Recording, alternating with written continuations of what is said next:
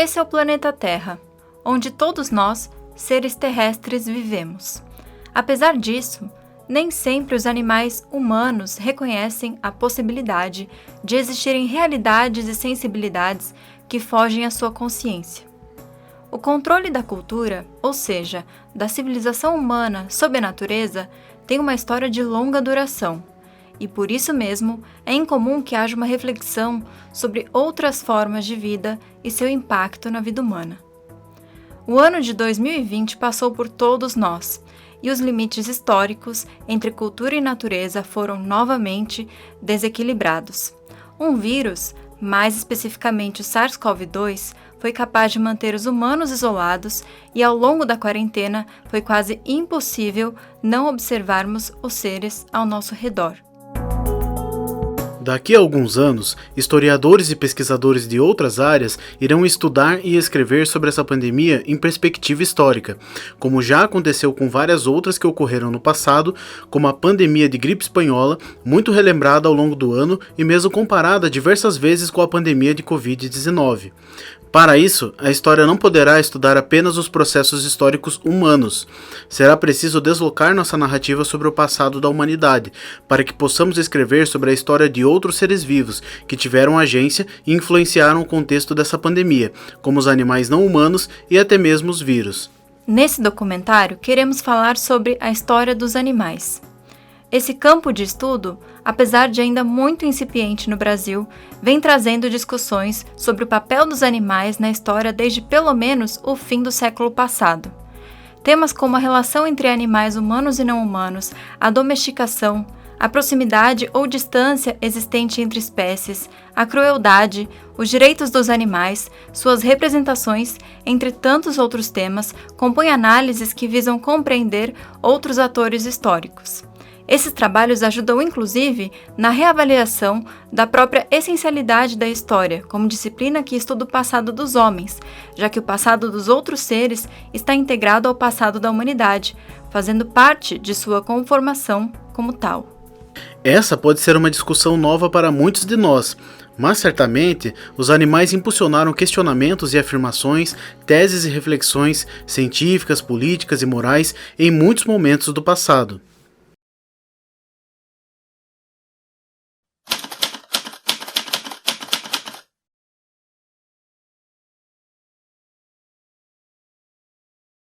Então, eu comecei a pensar na história dos animais, numa possível história dos animais no Brasil, por volta de 1997. Naquele ano, eu estava começando a minha pesquisa de mestrado em História na USP, que na verdade era sobre as transformações sonoras da cidade de São Paulo, num período que ia do final do século XIX às primeiras décadas do XX. O tema História dos Animais, naquele momento, ele foi surgindo não especificamente como um tema, mas a partir dos documentos históricos, né, que eu estava trabalhando. Então, na pesquisa sobre os sons da cidade, eu usei registros literários, principalmente memórias, crônicas, romances, contos, poemas, etc., e registros oficiais, né, documentos oficiais, basicamente as leis da cidade de São Paulo. Então, ao mesmo tempo que eu selecionava as referências aos sons da cidade, eu fui encontrando uma quantidade consistente, uma quantidade bastante significativa de referências aos animais não humanos que também viviam na cidade.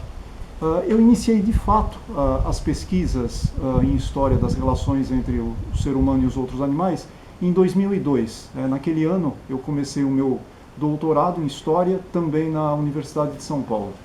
Os documentos históricos que eu havia separado durante o mestrado, eles serviram tanto para escrever o projeto de pesquisa, né, para o doutorado, como para dar início à investigação propriamente dita. O objetivo principal do meu doutorado, da tese de doutorado, era compreender as múltiplas relações entre o ser humano e os outros animais na cidade de São Paulo num contexto amplo, né, num contexto que incluía as transformações socioculturais, político-econômicas, científico-tecnológicas e urbano-ambientais, que também marcaram o final do século XIX e as primeiras décadas do XX. A minha preocupação naquele trabalho, que eu coloquei como título, né, que era o título da tese, O Couro e o Aço, a aventura dos animais pelos jardins da Pauliceia, foi investigar, analisar os impactos da modernidade e da revolução científico-tecnológica, a partir principalmente de 1870, e de que forma essas novidades que vinham da Europa e principalmente dos Estados Unidos alteraram as relações entre os seres humanos, né, e os outros animais. Em 2002, quando eu iniciei a pesquisa propriamente dita, eu percebi uma situação paradoxal para aquele momento. Por um lado, eu já tinha verificado que a documentação era vasta e diversificada, tinha muita coisa para descobrir através dos documentos. Mas, por outro lado, quando eu fiz um levantamento bibliográfico sobre o tema, né, sobre a historiografia brasileira referente à história dos animais, eu percebi que não tinha nada específico sobre o assunto. Então, eu estava começando um trabalho que, no Brasil, principalmente, não tinha nada historiográfico, né, uma pesquisa da forma que eu estava propondo. No que se referia à produção internacional, o primeiro trabalho que eu tive contato e que colocou os animais enquanto um campo específico de estudo historiográfico foi o livro de Keith Thomas, o clássico livro, né, lançado na Inglaterra em 1983, O Homem e o Mundo Natural. A pesquisa do Thomas refletia também sobre as plantas, mas o livro foi considerado um marco para os estudos na área de história dos animais. Em síntese, portanto, eu poderia dizer que eu conhecia a história dos animais primeiro pelos documentos históricos, né, que traziam referências sobre os sons da cidade, mas também aos animais. E em seguida, de forma específica, ou mais específica, pelo livro do historiador Keith Thomas. Após defender o meu doutorado, em 2007, eu tive a oportunidade de trabalhar por 3 anos nos Estados Unidos como Teaching Assistant na Harvard University.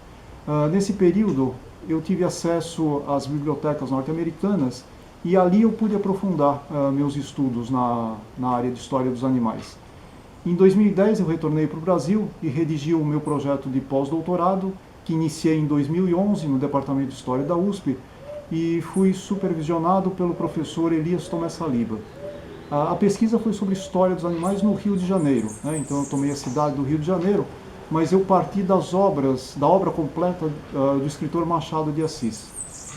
Nesse período do pós-doutorado, mais especificamente entre 2013 e 2014, ainda dentro das atividades da pesquisa, né, do pós-doutorado, eu fui visiting scholar no MIT com uma bolsa de pesquisa da FAPESP, e ali no MIT, juntamente com a professora doutora Harriet Hitivo, ela foi supervisora do estágio ali, né? Eu pude trabalhar com fontes, principalmente fontes primárias, documentos históricos que não tinha no Brasil, era de difícil acesso. A professora Hitivo, ela é especialista em história dos animais, é uma das precursoras na área também, e, por outro lado, ela tem trabalhado há muitos anos com história do meio ambiente, né? História ambiental. No MIT eu fiz um levantamento e fiz uma análise dessas fontes primárias e de bibliografia, e me interessou principalmente entender os impactos da ciência e da tecnologia nas relações entre o ser humano e os outros animais nos Estados Unidos e na Inglaterra, no período de 1850 a 1910. Isso me interessava porque é justamente o período que Machado de Assis escreveu e que eu estava pensando como seriam essas coisas todas no Rio de Janeiro, né? O motivo principal que despertou o meu interesse enquanto historiador para a história dos animais, eu poderia dizer que está inserido num espectro maior de problematização. Isso eu acho que só é possível entender de forma ampla a história dos animais quando nós pensamos numa história ambiental. Então, a história dos animais ligada à história ambiental. Eu parto de um pressuposto de que seria assim muito enriquecedor pensar os movimentos e os eventos históricos inseridos em um determinado meio ambiente natural. seja ele urbano ou não. É importante frisar, eu acredito, que o devir histórico e também o fazer historiográfico realizam-se em um dado contexto histórico-ambiental. E esse contexto histórico-ambiental pode ser analisado. Esse conceito, né, de contexto histórico-ambiental, ele foi, para mim, norteador para o meu interesse pela história dos animais. Eu penso que em todas as atividades realizadas pelo ser humano ao longo da história e nos mais variados contextos histórico-ambientais, os animais, direta ou indiretamente, realística ou metaforicamente, eles sempre estiveram presentes. Portanto, eu acho que das relações humanas históricas com o meio ambiente, eu considero que aquelas estabelecidas com os outros animais como sendo as mais complexas, as menos conhecidas e aquelas que talvez mais possam oferecer alternativas para nós pensarmos a nossa própria condição humana, a nossa muitas vezes incômoda condição animal, não é? E por fim, a condição de existência ou não do planeta.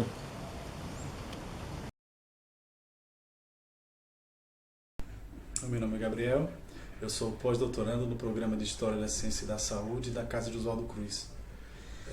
O meu interesse pela história dos animais começou por um mosquito, né? Na verdade, sempre tive interesse nos meus temas de pesquisa sobre história das doenças, né? E ao final do meu mestrado, eu cheguei à história de um mosquito que veio da África, transmissor da malária, né? Vetor de um tipo de malária letal, né? Bastante perigoso. E a chegada dele no Rio Grande do Norte, né? E aí eu desenvolvi uma pesquisa sobre a chegada, o alastramento e a erradicação desse mosquito no doutorado. Esse tema, para mim, foi muito interessante porque abriu caminho para várias pesquisas e desenvolvimento de várias ideias, em termos teóricos mesmo, sobre a agência dos animais, né, na sociedade, consequentemente na história, questões ligadas a temas como história profunda, história ambiental. Então, todos esses temas me atraíram bastante a partir do momento que eu comecei a pesquisar o diário de campo desses pesquisadores que nos anos 30 perseguiu esse mosquito no Brasil, o esforço que eles faziam para compreender como esse mosquito se comportava na África e fazer paralelos, né, com o que eles encontravam aqui no Brasil, né? Isso abriu para diversos caminhos de pesquisa e aí eu comecei a me interessar cada vez mais pela história dos animais, principalmente dos animais que são vetores de doenças, né? Eu comecei a me interessar pela história dos animais num momento em que eu estudava história da biologia no Brasil e principalmente a história de uma instituição, que é o Museu Nacional, na qual trabalhavam vários biólogos e zoólogos, sobre os quais eu me debrucei. E principalmente um biólogo, Melo Leitão, Cândido de Melo Leitão, que era um especialista em aranhas, um grande pesquisador da sua área, um grande investigador da sua área, e que me despertou para uma série de coisas, tanto pela necessidade de estudar a biologia, de estudar o que é biologia, de estudar como um biólogo trabalha e de estudar essa relação da vida como objeto de ciência, né? Tanto pelo fato de que eu pude acompanhar como a biologia transformou a vida do Melo Leitão. Transformou o pensamento, transformou a forma como ele via o mundo. E um dos exemplos mais impressionantes que eu vi desse poder transformador do conhecimento da biologia, no sentido de que ele pode mudar a forma como a gente vê o mundo, pelo fato de que ele se entusiasmou muito pela zoogeografia. E por meio da zoogeografia ele pôde relativizar uma série de pensamentos que ele tinha sobre a vida, sobre a terra, sobre o mundo e mesmo até sobre a vida política e social do Brasil na época. E a partir daí, quer dizer, eu vi o elemento transformador na vida das pessoas, né, da importância dessa biologia, e daí para a história dos animais, na verdade, foi um caminho meio natural. eu me interessei, eu descobri que existia uma história dos animais, pessoas dedicadas a esse campo de uma forma muito profunda, muito densa, filosófica, ética, né, em vários ramos da história dos animais, e a partir daí eu pude, eu desejei me dedicar a essa área. Eu conheci a história dos animais como um campo de estudo de uma maneira não muito proposital. Na época, eu trabalhava com as fotografias antropométricas de índios e negros em expedições científicas no Brasil do século XIX. Em meu levantamento iconográfico, eu me deparei com as fotografias de animais que eram apresentados mortos ou empalhados. Essas imagens me chamaram muito a atenção. Elas foram produzidas em meados do século XIX, ou seja, com o surgimento do aparelho fotográfico. E mesmo apresentando uma série de limitações técnicas, como por exemplo, a incapacidade de registrar o animal em movimento, elas mostravam também uma preocupação artística, estética. Elas eram cuidadosamente montadas, pensadas e registravam, conscientemente ou não, a forma como os animais eram percebidos e tratados pela sociedade da época. Durante a minha pesquisa, eu percebi que os animais possuíam um papel importante na representação da natureza e na própria história humana. Estudos como o de Harriet Richville, Donna Haraway e James Ryan demonstraram a convicção de que a forma como seres humanos se relacionavam com outros animais poderia ser usado como elemento-chave na leitura de como os homens percebiam a si mesmos e os outros. Especificamente no meu objeto de estudo, dentro da produção cultural imperialista, os animais foram imaginados como arquétipos do outro e passaram a desempenhar um papel importante na construção simbólica da natureza e da identidade humana. Eles entraram na literatura por meio de representações de inimigo ou como fiéis aliados, e desempenhar um papel central na política e nas interações sociais.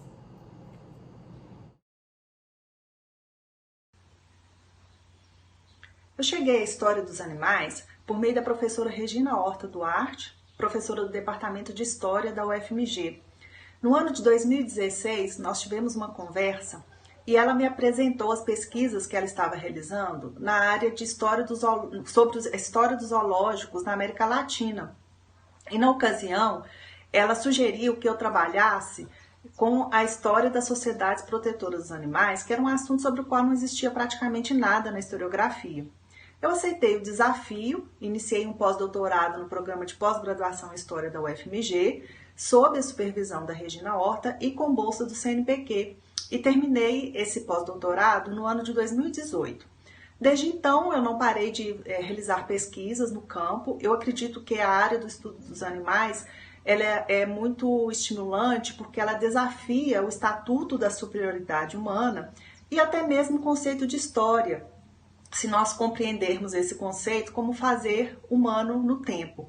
Portanto, é muito estimulante, né, trabalhar com um campo novo do conhecimento, principalmente no Brasil, onde ele é bastante incipiente, existe todo um universo para ser estudado e explorado pelos historiadores. Desde que eu comecei a desenvolver as minhas pesquisas, né, ainda antes da época do mestrado, né, pesquisando sobre em relação ao consumo de carne, né, por parte do consumo de carne realizado pela espécie humana, né, e a partir disso, indo em direção ao estudo da história dos matadouros, né, foi necessário pensar, né, de que maneira abordar esse problema, né, em termos históricos, né, e historiográficos, né. Então, dois campos me pareceram assim extremamente pertinentes e seriam frutíferos, né, nessas abordagens, né. Um deles é a história ambiental, né, e o outro seria a história dos animais.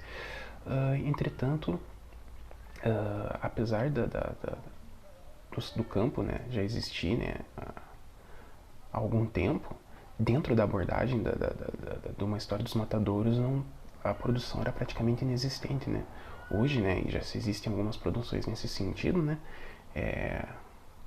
as minhas pesquisas, né, se encaixam dentro dessa abordagem.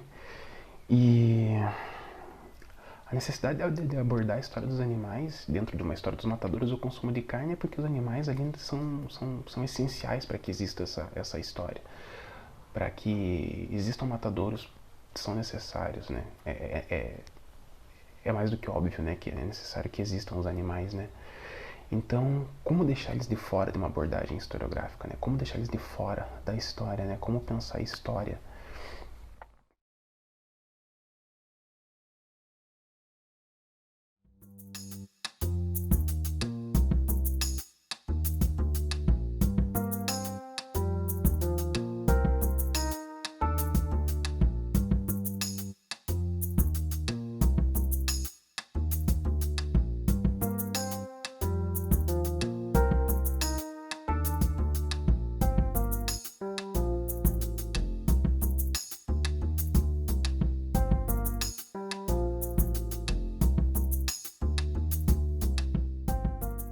Esse homem que aí está é meu criado. Dá-me água e comida todos os dias, com tal regularidade que eu, se devesse pagar-lhes os serviços, não seria com pouco. Mas os canários não pagam criados. Em verdade, se o mundo é propriedade dos canários, seria extravagante que eles pagassem o que está no mundo.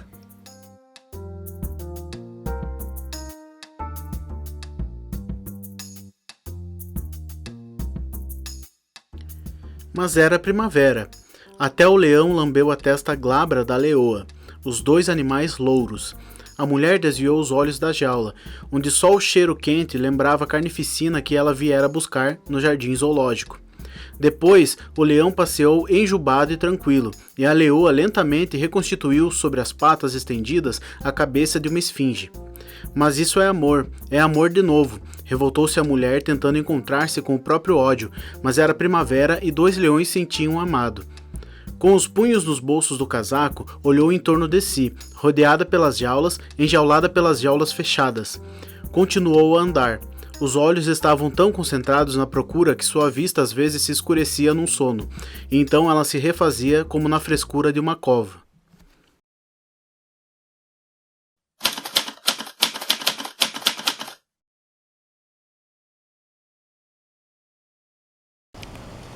Atualmente eu estou envolvido em 4 trabalhos relativos à história dos animais. Em um deles, eu estou fazendo um levantamento, uma pesquisa inicial sobre o fornecimento legal e ilegal de fauna silvestre brasileira para a Europa e Estados Unidos entre os anos de 1808 e 1934. Durante esse período, toneladas de animais, vivos ou não, inteiros ou em partes, foram retirados do Brasil e enviados para o exterior, das mais diversas formas e para os mais diversos usos, né? Um outro trabalho que eu estou envolvido também é uma análise sobre as relações entre animais, humor e história. Essa reflexão eu tenho feito dentro de um grupo de pesquisa do CNPq, eu sou integrante desse grupo, e ele é liderado pelo historiador Elias Tomé Saliba, e está sediado no Departamento de História, né, da USP. Eu penso que uma das apropriações mais remotas e mais emblemáticas que o ser humano tem experimentado, né, ao longo da história com os outros animais é usá-los em intrincadas representações humorísticas. Para o historiador ou historiadora, importa saber até que ponto essas representações possibilitam novas interpretações históricas sobre determinados acontecimentos. Participo também, esse seria o terceiro trabalho que estou envolvido, né, como pesquisador também, pesquisador integrante, do Centro de Estudos dos Animais. É uma linha de pesquisa liderada pela historiadora Regina Horta Duarte, está sendo desenvolvido no Departamento de História da Universidade Federal de Minas Gerais. O Centro de Estudos ele faz parte de um grupo de pesquisa maior, do CNPq também, que é intitulado Brasiliana, Escritos e Leituras da Nação. Em conjunto com a professora Regina Horta, com a historiadora Natasha Hostos e o historiador Gabriel Lopes, nós estamos organizando e editando um número especial sobre história dos animais, né? E esse número especial ele vai ser publicado na revista História, Ciências, Saúde e Manguinhos, do Rio de Janeiro. E por fim, o quarto trabalho que eu estou desenvolvendo é sobre a escrita de um capítulo para um livro também, sobre as relações entre animais e sonoridades urbanas. É interessante porque o livro ele vai tratar especificamente da história da música e dos sons na cidade de São Paulo, né? E esse livro ele está sendo organizado pelo historiador e professor da USP também, José Geraldo Vinci de Moraes.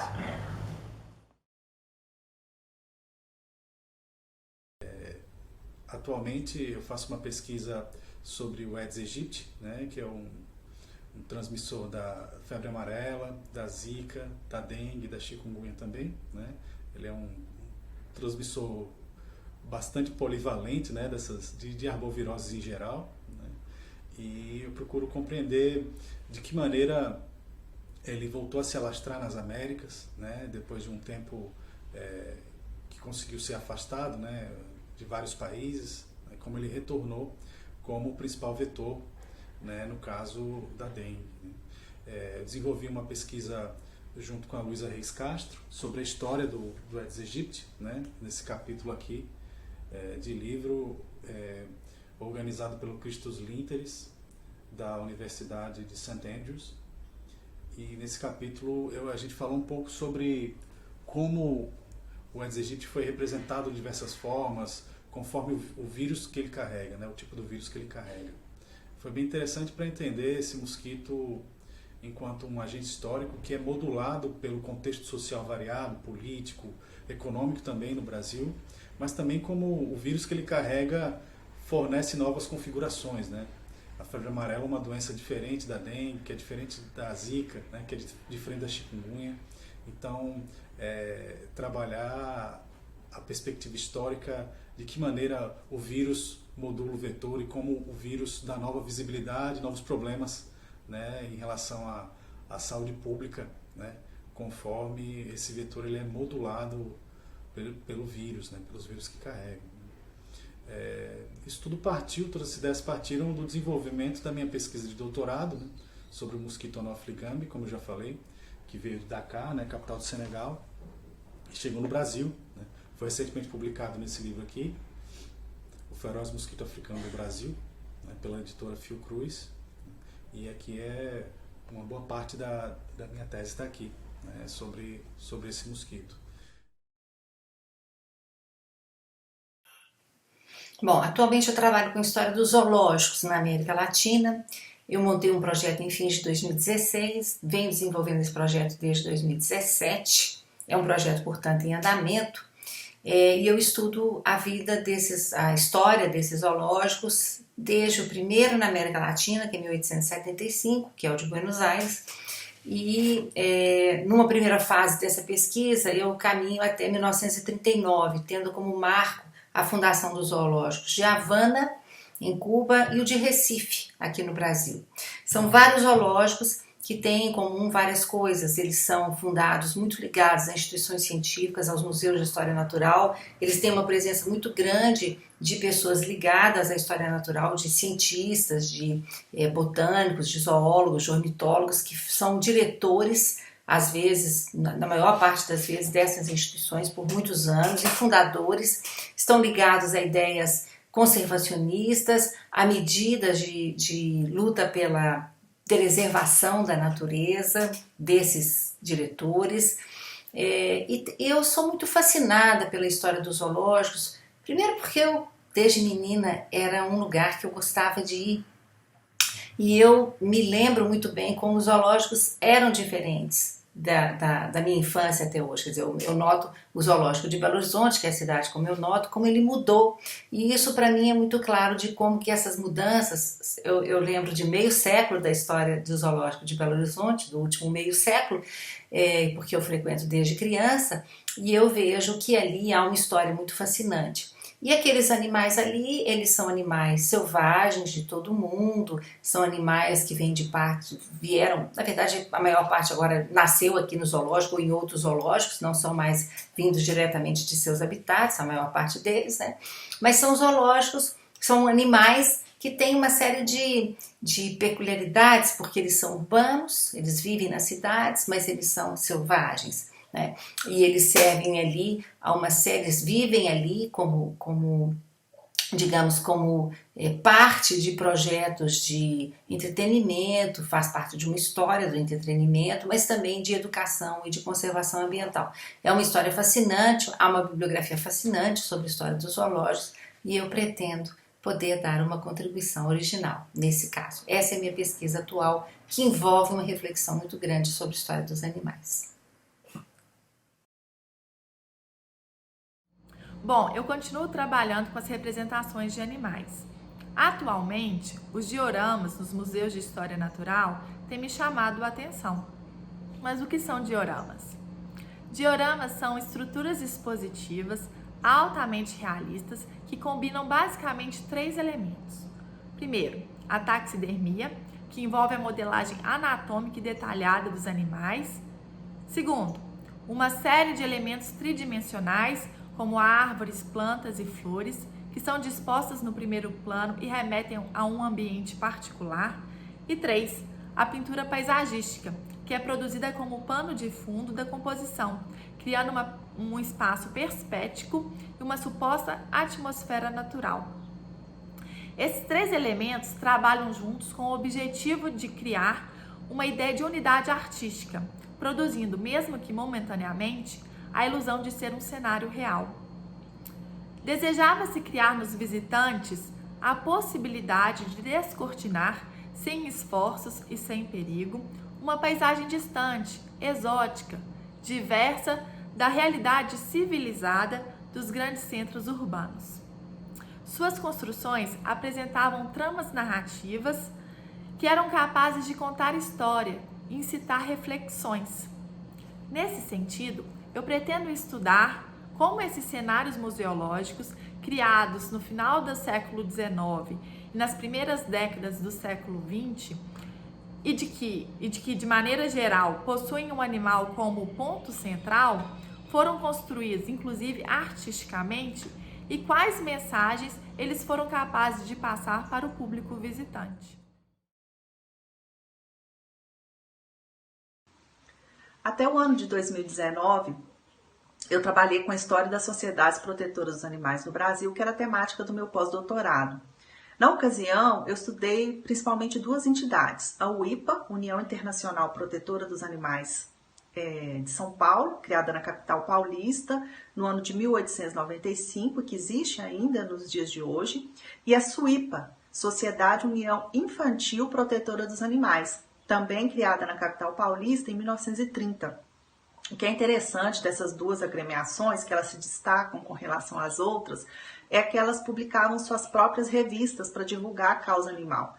Então, eu encontrei muitas informações sobre as ações e os discursos dessas entidades sobre a defesa e a proteção dos animais nesse contexto da primeira metade do século XX. Mais recentemente, eu continuo a realizar pesquisas sobre a história dos animais no Brasil, nesse período que me interessa particularmente, que é a primeira metade do século XX, porque eu acredito que se trata de uma época bastante rica em razão da expansão do tecido urbano, principalmente nas capitais do país, e também dos avanços tecnológicos que causaram muito impacto sobre a vida dos bichos no ambiente urbano e também nas relações entre os seres humanos e os animais. E essas relações são as mais diversas, perpassando relações de trabalho, políticas públicas, saúde, alimentação. Mais recentemente, eu escrevi um artigo que aguarda publicação na revista Tempo sobre a relação entre o presidente da República, Nilo Peçanha, e seu cão de estimação, Jique. Como, obviamente, Nilo Peçanha era uma figura pública, essa relação ela está registrada, documentada nas fontes. Então, eu tive a oportunidade de traçar uma espécie de uma biografia de uma relação entre um humano né, um animal humano e um animal não humano, mas de forma individualizada, né? Então, relação entre dois seres específicos. E atualmente eu estou me dedicando a estudar a história das primeiras sociedades vegetarianas no Brasil, também nesse período do início do século XX, e particularmente sobre o papel, o lugar dos animais nos discursos de promoção do vegetarianismo.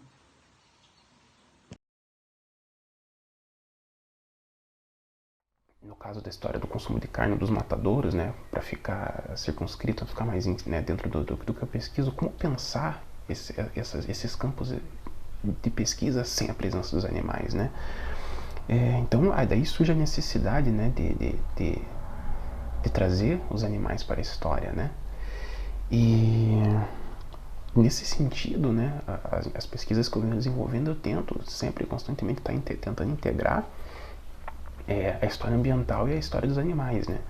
Que são, a história ambiental é um campo que desde a década de 70, né, do século XX, né, vem ganhando cada vez mais força. Mas como trazer um campo historiográfico como a história dos animais e integrar ele à história ambiental, né? A história ambiental, né, com a premissa, né, de apresentar que a história humana não acontece, né, descolada do mundo físico, né, ou do mundo biofísico, né, ou do ambiente, né. Então, como trazer dentro dessa concepção integrativa da história ambiental, também trazer outros seres vivos que não sejam só os humanos, né? Então, no caso dos animais. Então, nesse sentido, as minhas pesquisas estão se desenvolvendo nessa direção, né, de fazer uma abordagem, né, historiográfica que consiga integrar, né, a história ambiental e a história dos animais e mostrar, né, que a história acontece no mundo, mas no mundo que é de constantes interações entre espécies e diferentes seres, né, e numa dinâmica que é extremamente complexa, né.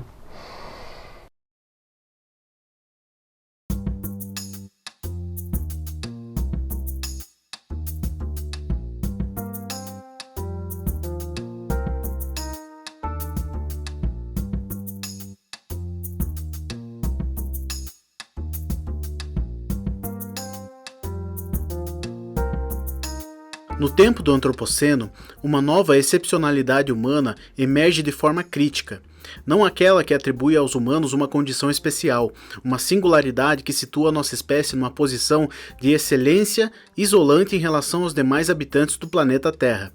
Trata-se agora da excepcionalidade que faz dos humanos os viventes mais poderosamente capazes de alterar o equilíbrio termodinâmico do planeta, dissolvendo desta forma as fronteiras entre geologia e história.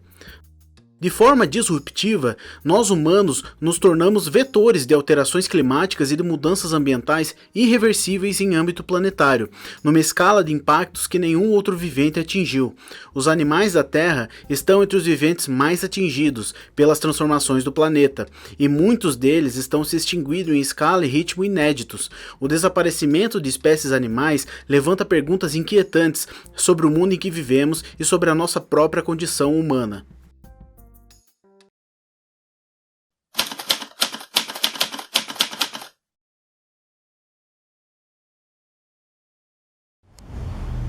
Então, essa questão do antropocentrismo, ela é bastante interessante e bastante complexa também, né? É difícil a gente prever se nos próximos anos a produção historiográfica ela será menos ou mais antropocêntrica. Eu acredito que para nós pensarmos nessa previsão, uma coisa necessária, né, que seria necessário levar em consideração, são uma série de fatores e variáveis, né? E esses fatores, essa série de fatores e variáveis, nós poderemos pensar, por exemplo, sobre quais regiões do planeta nós estamos falando, né? Sobre quais instituições essa produção estará relacionada, ou quais órgãos, né, estarão financiando as pesquisas. E uma outra questão também que podemos fazer é quais são os interesses e objetivos de cada historiador ou historiadora, né, ao trabalhar com um determinado tema histórico. Se pensarmos em países como o Brasil, por exemplo, é importante a gente lembrar que o campo da história dos animais ainda é bastante reduzido. Eu acredito que essa questão e cada um dos fatores e variáveis podem determinar os pressupostos teóricos, metodológicos de uma produção historiográfica no futuro próximo. Eu acho que um outro aspecto também que a gente deve sempre analisar, né, e pensar numa questão como essa, de previsão sobre o antropocentrismo, é até que ponto as próprias pesquisas em história dos animais, sabe, não são elas próprias, muitas vezes, produções historiográficas antropocêntricas.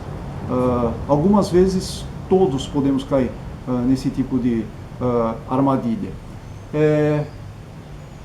Tornar a produção historiográfica menos antropocêntrica, no meu ver, é um exercício contínuo e que precisa ser feito. Eu acho que, principalmente nos dias atuais, é extremamente necessário. Nessa perspectiva, eu acredito que as iniciativas que vêm sendo levantadas, né, vêm sendo feitas pela história dos animais desde a década de 1980, na Europa e nos Estados Unidos, e mais recentemente em outras regiões do mundo, como no Brasil, podem contribuir para uma construção historiográfica mais natural, mais animal, entre aspas, né, e menos humana, também, entre aspas. Um dos caminhos que eu acho possível para produzir historiografias menos antropocêntricas é a interdisciplinaridade. Nesse sentido, eu estou pensando principalmente nas descobertas recentes, né, de poucas décadas até o presente, que vêm sendo feitas pela primatologia, antropologia, etologia, paleontologia e ecologia. Esses campos de investigação e as descobertas, elas podem fornecer caminhos importantes e inovadores, né, para o historiador, para pensar uma produção historiográfica que seja voltada para o estudo das relações entre os seres humanos e os outros animais, e que sejam menos antropocêntricas, né? Eu acho que essas áreas, elas fornecem elementos também para outros campos da pesquisa histórica. De maneira geral, eu acredito que estudar a história dos animais, pensando nesses animais pouco carismáticos, os animais que transmitem doenças, né, como mosquitos, pulgas, ratos e vários outros tipos de animais não humanos, ajuda a compreender uma relação ecológica de intimidade, né? Geralmente a gente costuma imaginar que doença é uma anomalia externa, né, que vem de fora, como os mosquitos, e vem transmitir doenças, e vem atrapalhar o bom funcionamento da nossa sociedade, né, que geralmente a história só trata como humanos entre eles, né. Só que entender os animais nessa perspectiva ajuda a gente a entender essas relações de intimidade, essas relações de proximidade, né, e ao mesmo tempo também de repulsa, né, de afastamento, de tentativas de erradicação, de eliminação desses animais indesejáveis, né? Mas ao mesmo tempo eles estão muito próximos, né? Estão muito próximos da gente, os mosquitos, os ratos, as baratas, as pulgas. Então, entender a história desses mosquitos, entender a história desses animais, entender a história de uma intimidade que se desenvolve historicamente, né? Esses seres, esses animais, esses vetores de doenças nos acompanham ao longo da nossa história, né? Desde antes do processo de sedentarização. Então tem uma história muito longa, tem uma história que eu acho fascinante, né? Que está compartilhada por algumas linhas de pesquisa, como a história profunda, né? Como histórias mais ligadas a desenvolvimento ecossistêmicos, né? Que são também históricos, e história ambiental, né? Isso para mim eu acho muito importante para entender essa história num sentido mais alargado. Eu destacaria aqui um ponto: a coexistência. A coexistência de seres vivos no planeta. E que essa coexistência, ela tem uma história. Ela tem modos diferentes de se manifestar, de se realizar. E que o homem, ao longo do tempo, o ser humano, as sociedades humanas, ao longo das eras, foram capazes de construir formas muito diferenciadas e às vezes até simultaneamente. Por exemplo, no Brasil, se você pensar em várias populações, as pessoas que vivem em diferentes áreas do Brasil, ou populações indígenas, ou populações, digamos, mais tradicionais, né? Ou nós, pessoas urbanas, como que a gente se diferencia nessas relações com os animais? E creio que tanto de se pensar ao longo do tempo, quanto em termos de várias sociedades, a história pode ser muito útil para mostrar esses exemplos de coexistência, os conflitos dessas coexistências, as alianças também nessa coexistência, e de certa forma demonstrar a complexidade da construção da vida social dos seres humanos em relação com outros seres vivos, né? Eu acho que a história dos animais, envolvendo aí o evolucionismo que ela implica, a concepção da evolução das espécies que ela implica, né? E o fato de que o ser humano é só uma entre outras espécies e de que de forma alguma o mundo foi criado para esse ser humano, nem o ser humano é uma forma mais evoluída ou mais perfeita do planeta, né? Eu acho que essa história dos animais, aliada ao pensamento biológico, são antídotos contra o negacionismo, contra a arrogância humana e contra uma atitude de construir uma vida que não considere,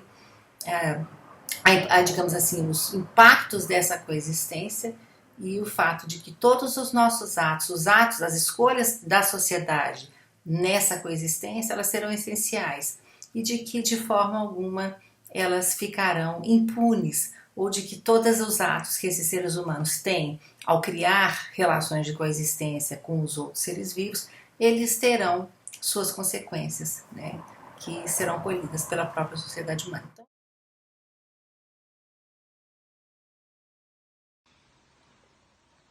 Eu acredito que a historiografia em geral, ela está preocupada em explicitar os seus pressupostos teóricos e refletir sobre o processo de escrita da história.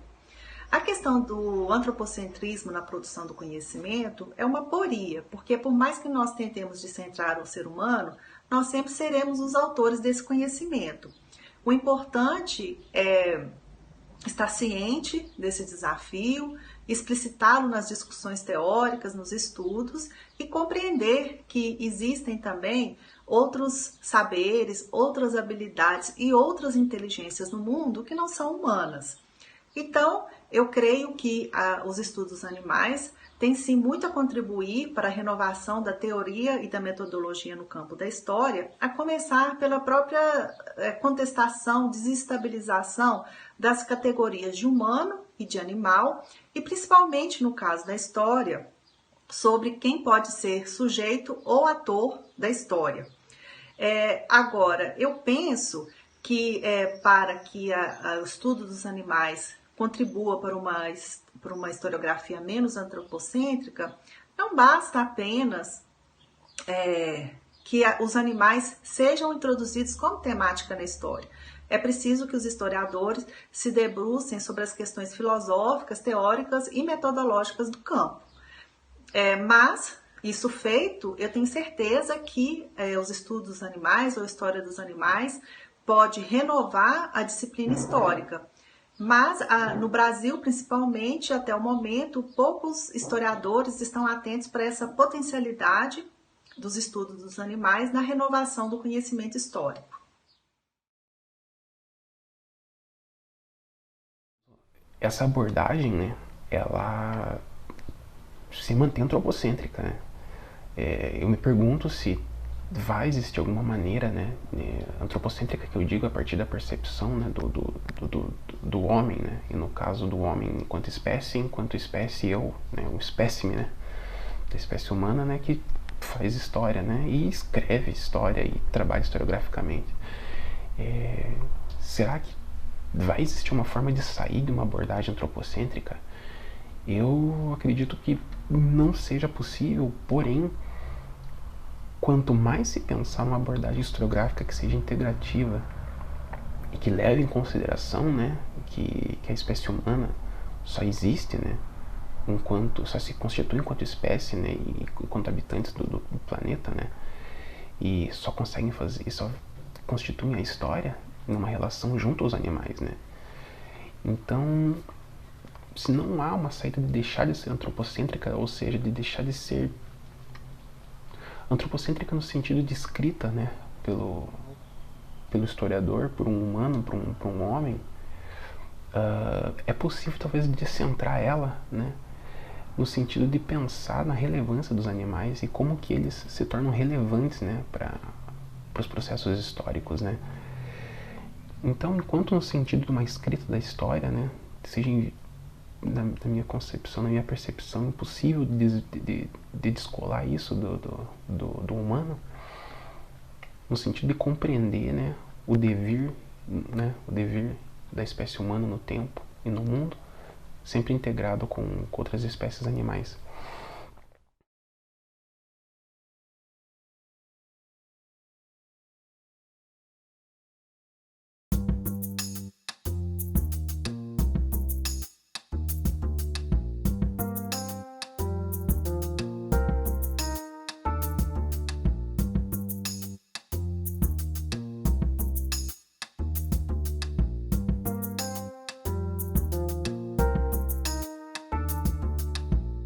A propagação da Covid-19 evidencia uma tensão entre diferentes fronteiras, seja entre humanos e animais, entre animais domesticados e selvagens, entre vírus e animais, e também as fronteiras entre países ou mesmo entre estados ou municípios de um mesmo país.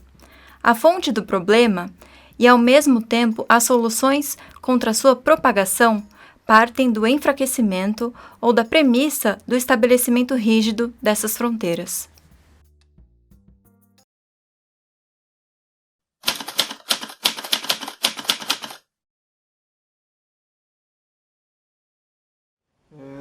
Talvez em nenhum outro momento da história da experiência humana no planeta Terra, as reflexões realizadas pelos pesquisadores, né, pelos historiadores e historiadoras que se dedicam à história dos animais tenham sido tão importantes como nos dias atuais. A pandemia de Covid-19, no meu entender, ela está inserida em um contexto bem mais amplo de crise mundial, e cada elemento desse contexto, eu acredito que pode se beneficiar das contribuições advindas desses estudos históricos, né, sobre os animais. Nesse sentido, eu acho que ao marco pandemia, nós podemos acrescentar, por exemplo, a aceleração das mudanças climáticas e suas consequências para o planeta Terra, né, para o ser humano, os outros animais, as plantas, o esgotamento dos recursos hídricos, a destruição das florestas, o crescimento populacional e a escassez cada vez maior de alimentos, as monoculturas e as criações extensivas de animais, a extinção de espécies como animais e plantas, etc. Eu acho que cada um desses elementos estão direta ou indiretamente relacionados à pandemia de Covid-19. E o que eu acho mais promissor e mais interessante para nós que trabalhamos com essa área é que em cada um desses elementos os animais estão presentes, né, de forma direta, na maior parte deles, ou indireta. Mas mesmo estando inserida nesse contexto amplo de crise, a pandemia tem suas singularidades e representa, assim, um marco significativo para a história da humanidade, mas também para a história das relações humanas e para a história das relações entre o ser humano e os outros animais. Nós, seres humanos, não sabemos muito bem ao certo, né, o que acontecerá no futuro próximo, no que diz respeito ao enfrentamento da pandemia, como vamos conviver com isso, né?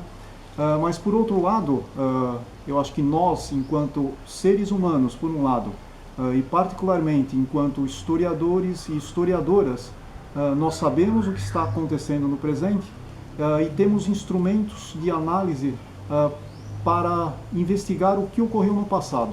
Isso pode ser bastante importante, principalmente quando pensamos na história dos animais. As reflexões, as análises e descobertas que vêm sendo elaboradas a partir de pesquisas nessa área, né, de história dos animais, elas podem ajudar a pensar o mundo agora e a partir desse marco, né, do Covid-19. Isso em muitas direções e sob vários aspectos. Cada pesquisador ou pesquisadora, com as particularidades e objetivos de suas temáticas de investigação, eu acho que podem contribuir de diversas maneiras, né, para essa grande discussão. Contudo, eu acho que, assim, a meu ver, um fio teórico e ético principal deveria nortear, ou pelo menos estar presente nos estudos da área de história dos animais, né? Principalmente a história dos animais a partir de crises profundas, como aquelas que nós estamos vivendo agora. Esse fio teórico e ético diz respeito a uma tentativa de nós, né, historiadores e historiadoras, podermos contribuir para as propostas e medidas que visam o combate ao preconceito, à desinformação, ao negacionismo e ao anticientificismo. Eu entendo que a desinformação, o negacionismo e o anticientificismo, eles disseminam pandemias e disseminam preconceitos. A história das relações entre o ser humano e os outros animais, e mais amplamente a história ambiental, podem ser, eu acho que, caminhos para o desenvolvimento de um amplo, profundo e eu acho que abrangente mesmo, né, processo de inclusão. Um processo de inclusão e de convivência em diversidade. Um processo que engloba os seres humanos, sabe, que engloba os outros animais e que engloba o exuberante mundo das plantas. A história mais alargada é fascinante também para entender os desafios que a própria história tem para enfrentar, né? Atualmente, principalmente a história das doenças, a história da saúde de maneira geral, história da saúde pública, né? História da saúde global, história da saúde planetária, diante do desafio, agora que a gente está vendo essa pandemia, né, da Covid-19. O vírus SARS-CoV-2, ele está espalhado pela malha humana global, né? Ele é global porque nós somos globais, né? Nós estamos espalhados pelo globo.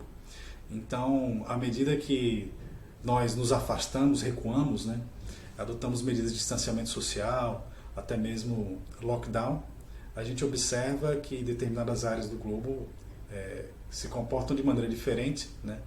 Alguns animais, até padrões da atmosfera, né, em relação à poluição, mudam, né, com esse nosso afastamento. Então isso dá para ter uma dimensão de certos aspectos, né, do antropoceno, né? Essa proposta de nova era geológica, né, que conta fundamentalmente com a agência humana, né, nesse coletivo global, né, que causa mudanças sem precedentes no planeta. Eu acredito que a história dos animais é fundamental para mostrar certos aspectos que são negativos, né, do excepcionalismo humano, né? A gente se entender como algo completamente afastado de todos esses outros processos, né, de todos esses outros animais, né? Para a gente se situar um pouco também enquanto espécie, né? O excepcionalismo humano, ele atravessa a forma de se pensar a história, seja o excepcionalismo porque nós somos seres racionais, né? A ideia de o ser humano fala, por isso é um animal político, ou ser racional, ou ter subjetividade, né? Ou ser um ser muito especial de signos, de símbolos, né? Isso, de certa forma, é muito importante, mas também causa diversos pontos cegos, né, na maneira da gente entender os processos históricos, né, de coexistência dos seres humanos com outros animais.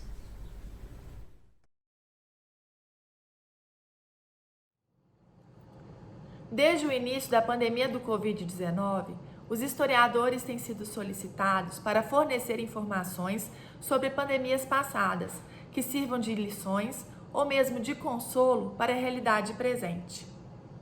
Sem dúvida, o papel do historiador é de extrema importância, mas não reside na simples tarefa de comparar e contrastar. Sobretudo diante dos problemas levantados com a atual pandemia, torna-se necessário entender o passado ambiental que possibilitou o surgimento deste vírus. Dentre as muitas teorias que existem, e talvez a mais propagada, seja de que a Covid-19 se originou de uma recombinação genética de um vírus de um morcego com o vírus de um pangolim.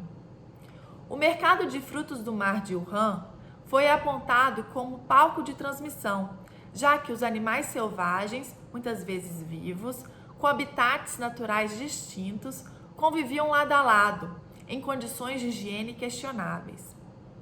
Mas buscar identificar pangolins, morcegos ou outros animais como vilões que causaram uma pandemia, trata-se de uma abordagem perigosa e pode significar um desastre para as suas populações. E esse não deve ser o papel do historiador. Se refletirmos mais atentamente, entre os fatores antropogênicos de transmissão de doenças zoonóticas estão, por exemplo, a domesticação humana de animais, a invasão humana em habitats ricos em biodiversidade e a caça de animais silvestres. Doenças zoonóticas ocorrem sobretudo quando as relações entre humanos e animais não humanos são instáveis ou quando estão em uma nova fase de contato. No cenário atual, essas doenças podem estar intimamente ligadas às mudanças climáticas, ao aumento da extinção de inúmeras espécies, ao impacto provocado pela entrada humana em áreas ricas em biodiversidade e pelo uso da terra de novas maneiras. Isso altera as fronteiras interespécies existentes. Ao que tudo indica, a Covid-19 é resultado dessa interface entre humanos e animais não humanos. O caminho a seguir para os historiadores, e nisso as reflexões já trazidas pela história dos animais podem ajudar, não reside na simples tarefa em descentrar o humano e centrar no animal.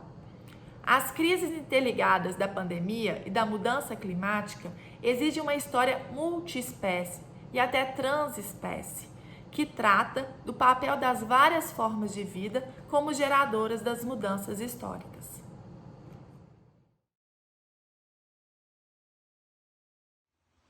Eu acho interessante que nas discussões na imprensa e até mesmo entre os especialistas sobre o Covid-19 se fale muito sobre os efeitos, né, do vírus, da doença, mas pouco se fale sobre como nós chegamos até aqui.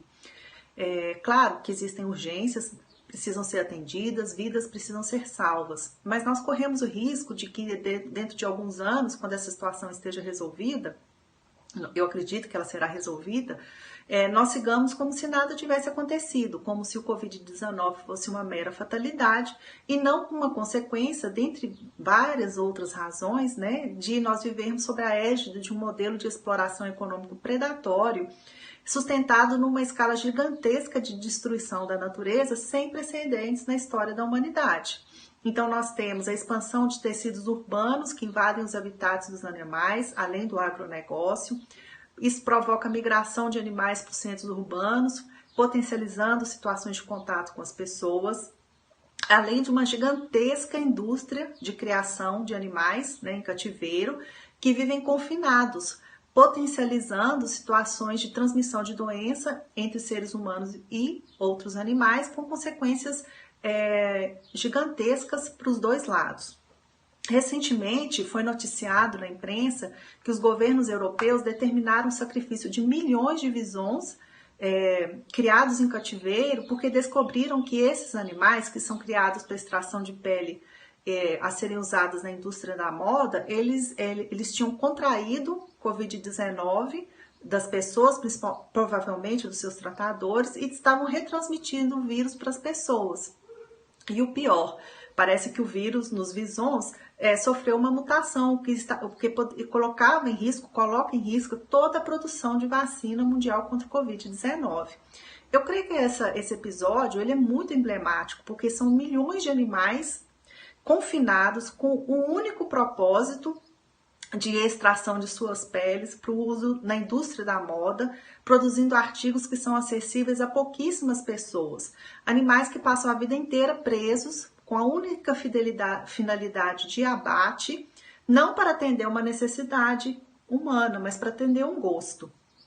Então, eu acho que esse episódio demonstra, na conjuntura do Covid-19, que o modo como nós tratamos os animais tem consequências. Nós não vivemos isolados e não sobreviveremos certamente como espécie sem a presença, sem a ajuda dos outros animais. Então, nossa vida, nosso bem-estar depende da vida e do bem-estar de outros animais. Mas para a efetivação desse princípio, que parece óbvio, ele depende, obviamente, de mudanças profundas na forma como nós pensamos, compreendemos e convivemos com os animais. Eu acredito que a história dos animais nos ajuda a qualificar o debate, porque fornece um instrumental reflexivo e bases históricas para poder compreender essas relações no tempo entre os seres humanos e animais, subsidiando, né, tanto as reflexões dos especialistas, como também informando o público em geral.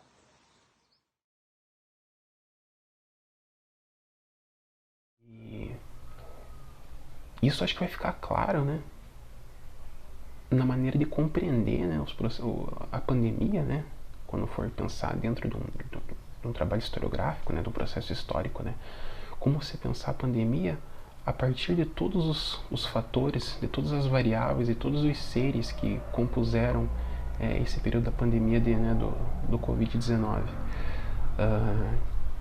Quer seja desde onde a pandemia pode ter surgido, em qual espécie ou em qual ser, né?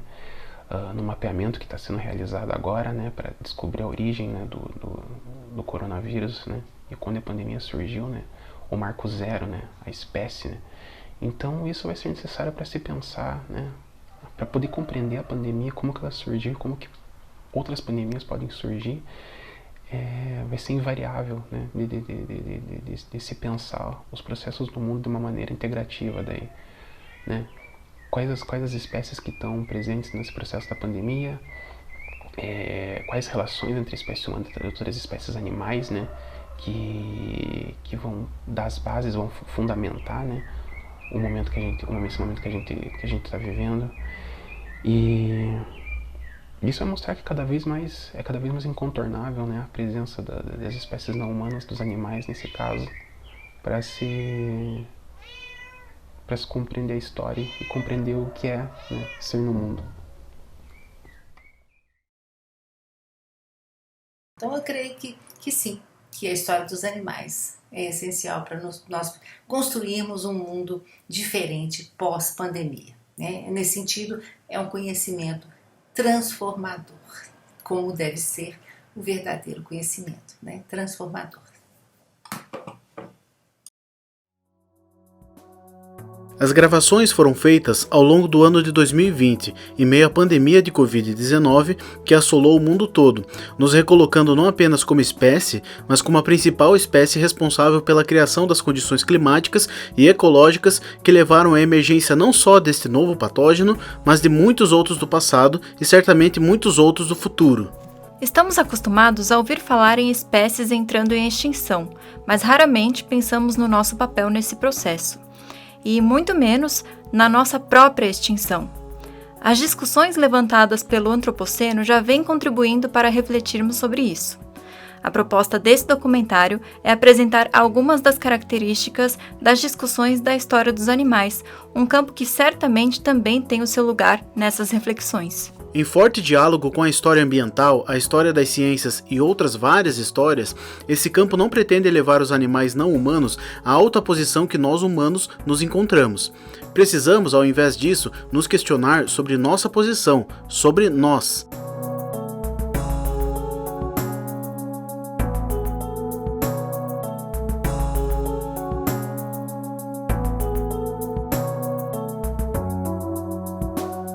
Se, como disse Mark Bloch, a história é a disciplina dos homens no tempo, precisamos nos perguntar não apenas quem são esses homens, mas sobretudo o que são esses homens e como é possível que suas vidas não estejam integradas à de outros animais.